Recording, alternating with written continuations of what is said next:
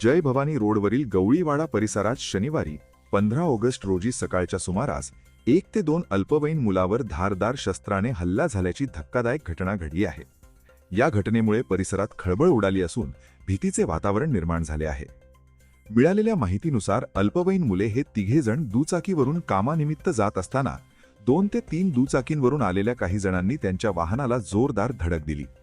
धडकेनंतर तिघेही खाली पडले. त्यानंतर संबंधित टोळक्याने त्यांच्यावर हल्ला केल्याचे सांगण्यात येत आहे. या हल्ल्यात अल्पवयीन मुलाच्या डोक्यासह पाठीवर आणि कमरेच्या भागावर धारदार शस्त्राने वार झाल्याची प्राथमिक माहिती आहे.